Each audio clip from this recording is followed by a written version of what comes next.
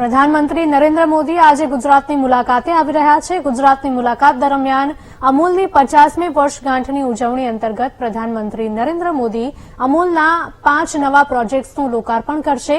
Gujarat cooperative milk marketing ફેડરેશનની સ્થાપનાને 50 વર્ષ પૂર્ણ થતાં અમદાવાદના નરેન્દ્ર મોદી સ્ટેડિયમમાં સુવર્ણ જયંતિ સમારોહનું આયોજન કરાયું છે।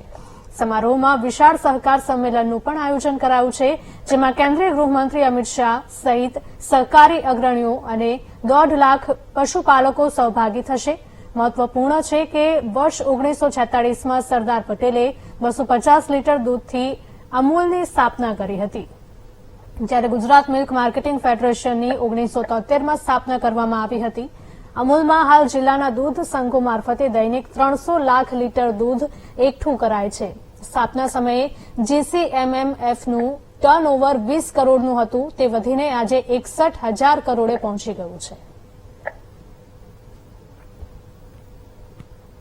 અમૂલના દરેક ડેરી જે અમારા ફેડરેશન સાથે સંકળાયેલા 18 સંઘ છે, દરેક ડેરીમાં ઘણું નવું કામ થઈ રહ્યું છે, જેથી વધારે માત્રામાં દૂધનું હેન્ડલ થઈ શકે, નવા પ્રોડક્ટ્સ બની શકે। તો સાબર ડેરી ખાતે 600 કરોડના ખર્ચે નવો જે ચીઝ પ્લાન્ટ નું ઉદઘાટન, એનું ખાતમુહૂર્ત માનનીય પ્રધાનમંત્રીશ્રીએ 1.5 વર્ષ પહેલા કરેલું, તેનું ઉદઘાટન રહ્યું છે। સાથે સાથે અમૂલ ડેરી આણંદ ખાતે ચોકલેટ પ્લાન્ટનું વિસ્તરણ થઈ રહ્યું છે, મોઝરેલા ચીઝનું વિસ્તરણ થઈ રહ્યું છે, અને પહેલીવાર અમૂલ ડેરીમાં યુએસટી એટલે લોંગ લાઈફ ટેટ્રાપેક મિલ્ક પણ આપણે શરૂ કરી રહ્યા છીએ। સાથે સાથે સરહદ ડેરી કચ્છ ખાતે આઈસ્ક્રીમના નવા પ્લાન્ટનું લોકાર્પણ માનનીય પ્રધાનમંત્રીશ્રીના હસ્તે થશે। ભરૂચ ડેરીએ મુંબઈ ખાતે એક નવો ડેરી પ્લાન્ટ શરૂ કરવાના છે, તેનું ઉદઘાટન આપણે કરવાના છીએ માનનીય પ્રધાનમંત્રીશ્રીના શુભ હસ્તે।